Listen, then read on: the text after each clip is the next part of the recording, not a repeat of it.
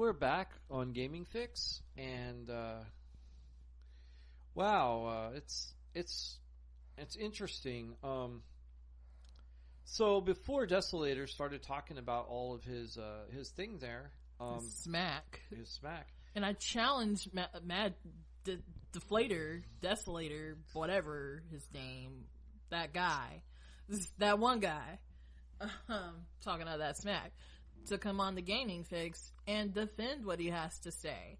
You know, we'll hash it out. I want you to come on Gaming Fix and discuss this.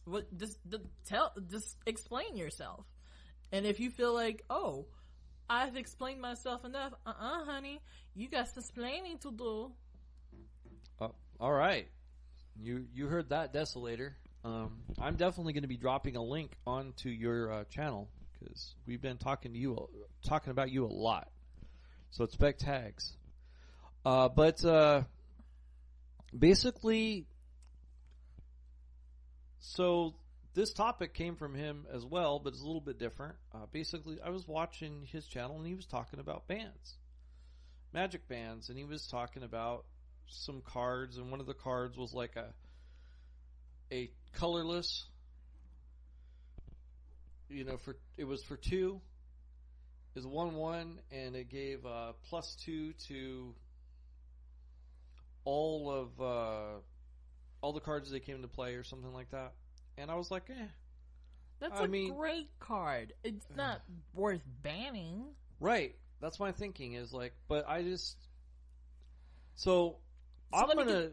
Okay. Go ahead.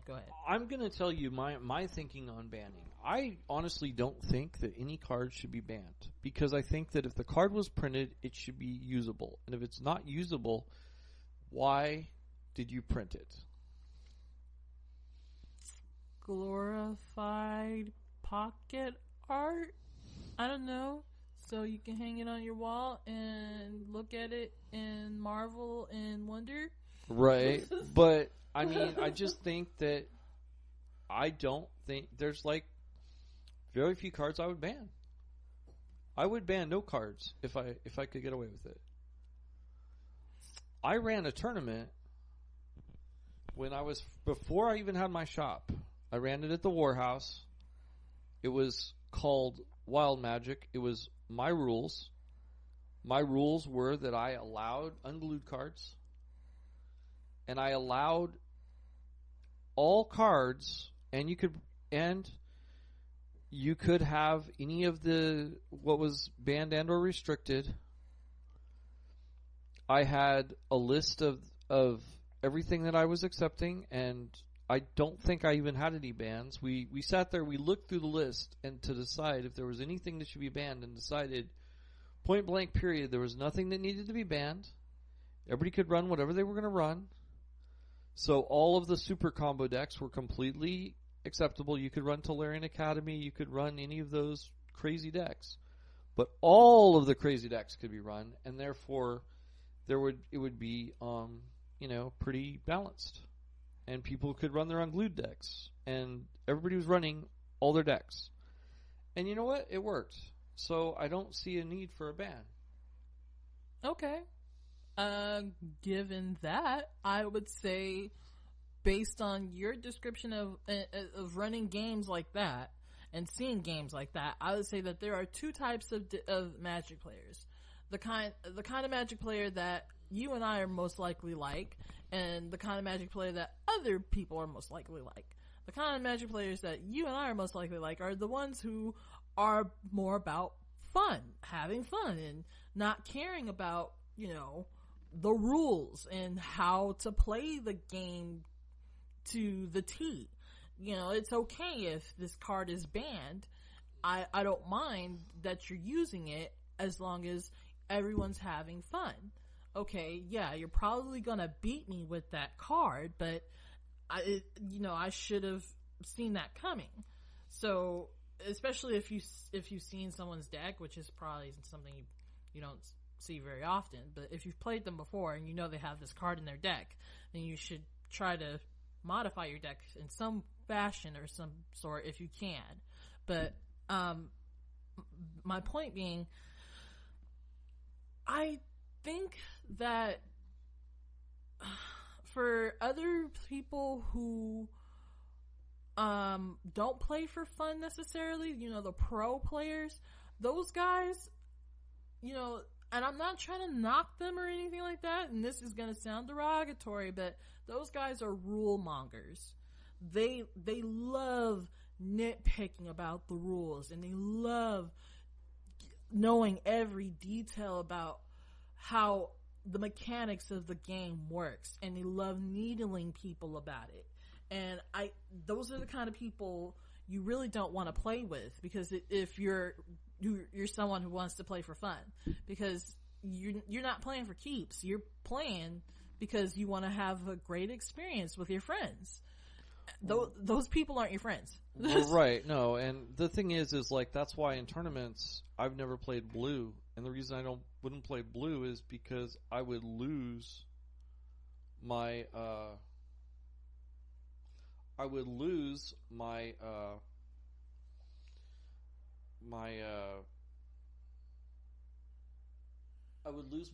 pace, because the way that works is you have to tap, untap, do everything at the right pace, and if you don't do it at the right pace, then it doesn't work. Because if you tap the monster at the wrong time, then it just doesn't work. So then it makes your card effectively useless if you didn't tap it at the right time. Right. And that's the thing, is it's like, and they'll sit there and they'll be like, oh, because like in a friendly game, if you didn't untap your land, like if you just happen to forget to untap your land, or you happen to forget to untap this or that or whatever, and you're like, oh man, I forgot, hold on, I'll just take care of it, and it's like, yeah, it's no problem. But in a less than friendly game, or in a tournament game, that's not something that is let go. Right. It's like, oh, you're supposed to draw first and then tap, and you didn't, so you just didn't get your draw. Too bad. Right. I guess you don't have a turn. It's like going to the pool hall and playing for money. This is, those guys who hustle you into a game or two to get you started. Those guys aren't your friends. They're just there to get your money. Right. Well, I think some people some people enjoy playing the game in a tournament format, and that's not necessarily bad. I just think it's a different way of playing. I think that it depends. I mean, there's some people that are going to sit there and say, okay, well, this gets me to this conclusion the quickest, so this is what I'm going to play. But I know for a fact, if you take a good tournament deck and you want to play for funsies, you're not going to have a good time. And people aren't going to want to, like I had a friend, he had a deck called Cowboy. Mm-hmm. And Cowboy, it was called Cowboy because it was draw.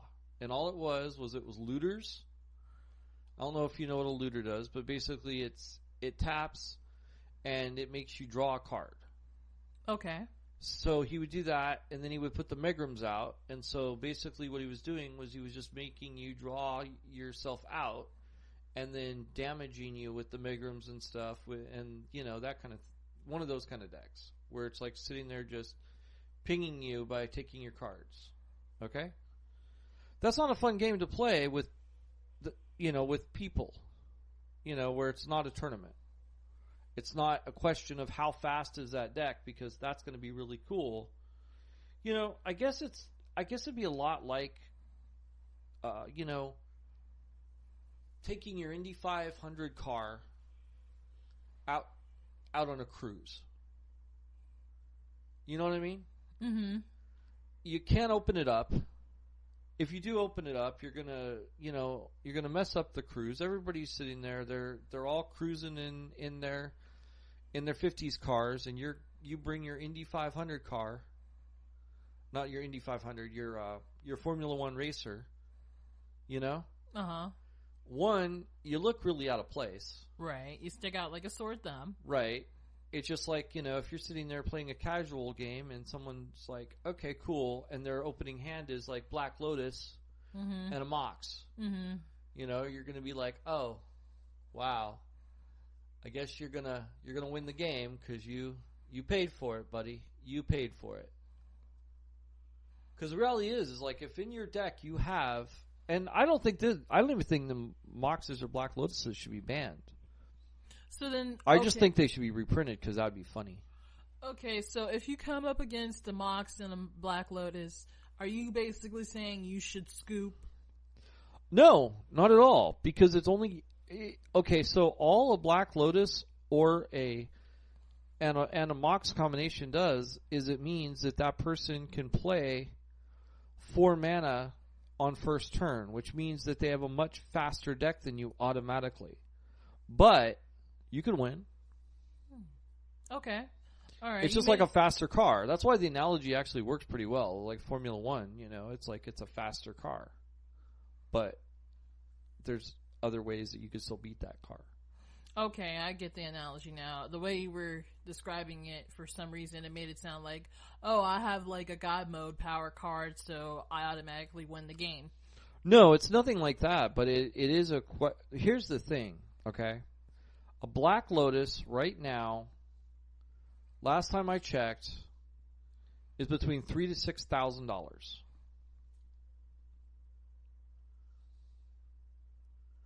I'm sorry. What? A Black Lotus is close to $3,000 to $6,000. Wow. And because of that, if somebody has one in their opening hand, they were clearly more concerned about the game than you were, most likely. Right. Or have a different way of seeing the game. I myself I'm not willing to put myself into bankruptcy for a game that I'm having fun with. I'm like, is that a proxy? No, it's real, baby. Oh. In most cases it is, because what they'll do is they'll put it in their plastic case and then they'll play a proxy. Okay. Because they don't want to get it all scratched up because it's a $3,000 to $6,000 card. Also, there's the possibility if you're playing, somebody could, 5-finger discount it, and that'd be bad. Exactly. That's why I'm like, you either tell them you win or get the heck out of my store. Yeah. with that hot merchandise. Right. So yeah, I don't know. I think. No, but so what are your thoughts on banning? I used to think that there should be some cards that get banned, but then I feel like you're wasting your money on cards that you could be playing with. And as someone who likes to play or see all the possibilities that could come forth from every single combination of cards that have been come into creation, I feel that banning only limits the possibilities. And that's really not fair to your customer base. If anything, you're kind of cheating them. Right. I think that's true. I mean, I think that Wizards would probably use the analogy that they're trying to be fair. How is it fair that I don't get to use these cards? No, I'm saying that they feel like they're trying to be fair because they're trying to make, things more even for the players. Is their thoughts. But I don't know. Like sometimes, I gotta say though, Wizards has never really aimed that I've seen against the secondary market as much as like Yu-Gi-Oh has. Yu-Gi-Oh has like had cards